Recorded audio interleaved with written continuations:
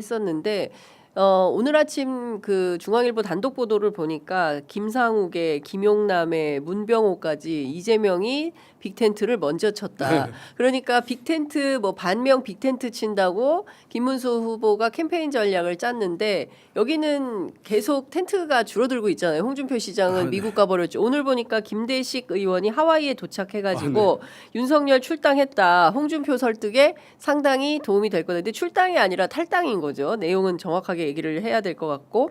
그러니까 이제 끊임없이 이런 소구를 했지만 전략적으로 보면 민주당 캠페인 전략이 옳았다 이렇게 봐야 되겠습니까? 어떻게 봅니까? 뭐 사실 이제 이 인재 영입 경쟁이 대선 때 이제 있어요. 아 항상? 근데 사실 냉정하게 보면은 사실 대선에 네. 인재 영입이 그렇게 필요한 건 아니에요. 그렇죠. 왜냐면 총선 때나 선거 끝나고 이제 쓰면 돼요. 네. 이제 막 임명해서 네. 하면 네. 되는 것이지. 근데 총선에서는 인재 영입을 해서 출마를 시키잖아요. 예. 그러니까 사실은 그것도 실제적인데 대선에서는 이게 캠페인의 일환인 거예요. 그래서 이제 이거를 미리 이제 그 캠프에서는 미리 어느 시점에 이렇게 할 것인가를 생각하거든요. 네. 효과가 있을 때 우리가 좀 밀리고 있을 때 또는 이제 뭐 좀 더 치고 나가야 할 때 대중이 깜짝 놀랄 이거 네. 거짓말 뉴스 아니야? 뭐라고 생각할 정도의 인물들을 꺼내 놓는 거거든요. 네. 그러면 사실은 우리가 어떤 정부 평가할 때 네. 인사 그쵸. 분야 인사가- 평가가 제일 영향이 크잖아요. 맞습니다. 쉽기 때문에 그래요. 예. 어떤 세부 정책들은 복잡하고 어려운데 네. 마찬가지로 선거 기간에서 그 인재 영입을 하게 되면 누가 절로 갔대라고 하는 건 유권자들이 쉽게 이해가 되는 것이기 때문에 효과가 아주 크거든요. 그리고 그때 모든 이슈를 또 순간에 다 흡수를 해버려요. 예. 그래서 이렇게 이제 꺼내는 거예요. 그래서 이제 이게 아마 지금 막 했으면 어떤 분들은 지금 막판에 이렇게 돼가지고 됐겠다고 그런 건 사실 잘 없다. 없어요. 미리 이제 충분하게 된 다음에 예. 그 타이밍을 보면서 이렇게 이제 하는 것인데 그러면서 이제 캠페인 경쟁을 하는 거거든요. 네. 그래서 근데 지금 국민의힘에서는 이런 이제 색깔이 다른 진영에 있는 인물을 영입한다는 뉴스를 보지를 못했어요. 그렇죠. 예, 그래서 이 캠페인 경쟁 차원에서 인사영 경쟁에서 예. 사실은 이미 이제 뭐 격차를 이제 보여주는 것이라고 할 수밖에 그러니까요. 예. 없겠고요. 그러면은 뭐 어쨌든 그 중도 보수층이나 뭐 영남 지역에서의 지지 상승 이런 게 그 사람들한테는 이제 근거를 제공해 주는 거죠. 이게 전통적 정서를 위배한다는 건 사실은 쉬운 일 아니거든요. 막 죄짓는 것 같은 느낌일 수 있어요. 근데 이 사람이 이제 이렇게 가니까 이번에는 뭐 나도 이렇게 한다고 하는 거 좀 마음을 편하게 해주는 효과가 있는 것이니까 예. 그래서 맞물려서 이제 시너지 효과를 주는 것 같아요. 유권자들이 마음을 네. 변화하는 것을 예. 좀 이제 부담감을 덜어주는 효과가 이런 인물들을 영입하게 되면 이제 크게 나타나는 것이니까 그런 측면에서 보면은 뭐 지금 지지율도 그렇지만 캠페인 차원에서도 워낙 차이가 커요. 네. 거리에 나가 보시면 아시겠지만은 제가 토요일 날 어떤 마라톤을 갔거든요. 네.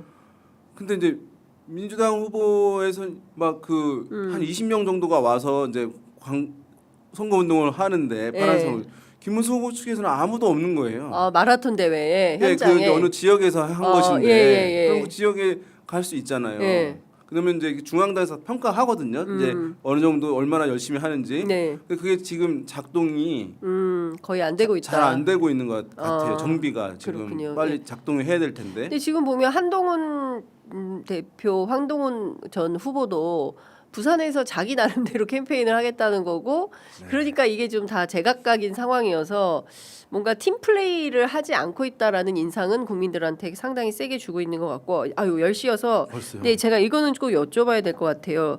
지금 보면은 그동안의 총 득표율이 박근혜 후보가 51.55%로 최고치를 찍었는데 이재명 후보가 지난 대선에서 얻은 득표가 47.83이잖아요. 얼마나 나올까요? 박근혜를 넘는 수준으로 나올까요? 아니면은 어느 정도로 일단 예측하십니까? 득표수는 더 많았죠. 네.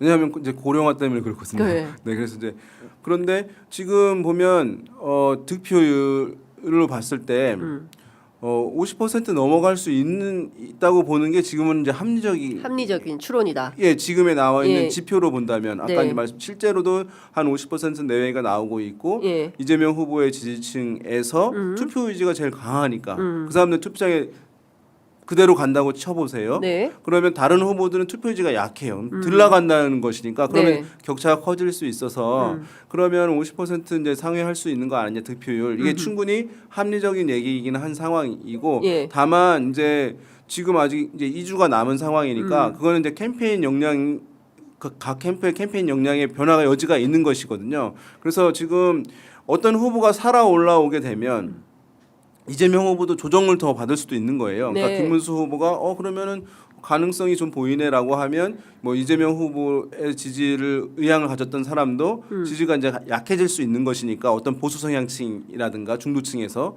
그러면 변동성은 있다고 열어놓고 보시는 게 좀 합리적이다라고 네. 보시는데 그것이 어쨌든 50%를 넘는 게 불가능한 것은 이제 아니다. 근데 그것이 이제 51점을 뭐 가냐? 네. 그건 이제 투표율 등하고 투표율하고 봐야지 될 것 같아요. 예. 지금 뭐 대체로 투표율은 한 70에서 80 사이를 그러니까 지난번 두 번의 대선에서 77.1, 예. 77.4, 예. 그러니까 77이 나온 거잖아요. 이건 너무 엄청 높은 거거든요. 투표율이 페널티가 없는데 호주 같은데 페널티가 이제 있어서 예. 이제 90%막 되는데 예. 페널티가 없는 민주국가에서 이 정도를 한다는 것은 어마어마한 거라고 예. 얘기할 수 있는데 근데 지금 제가 봤을 때는 투표율이 좀 그때보다 좀 낮아질 수도 있는 여러 조건들을 갖추고는 있어요. 그러니까 투표율이 높아지려고 한다면은 선거 결과가 불확실해야 돼요. 그다음에 경쟁 구도로 선거가 치러져야 돼요. 네. 지금 그게 아니거든요. 네. 결과가 상당히 확실해요. 그다음에 경쟁 구도가 아니에요. 네. 그래서 그러면 이제 이기는 후보 측의 지지자들은 뭐 내가 안 해도 이기니까 지는 후보 측은 뭐 해봐야 네. 그러니까 떨어질 가능성이 있어요. 제3 후보는 중도층이 좀 더 지지 많잖아요. 중도층 투표 제일 약해요. 이제 그런 부분들이 있어서 낮아질 부분이 있는데 네. 그래서 아마도 지금 이제 이재명 후보 측에서는 이 투표율을 어떻게 높게 가져가야 될 것이냐.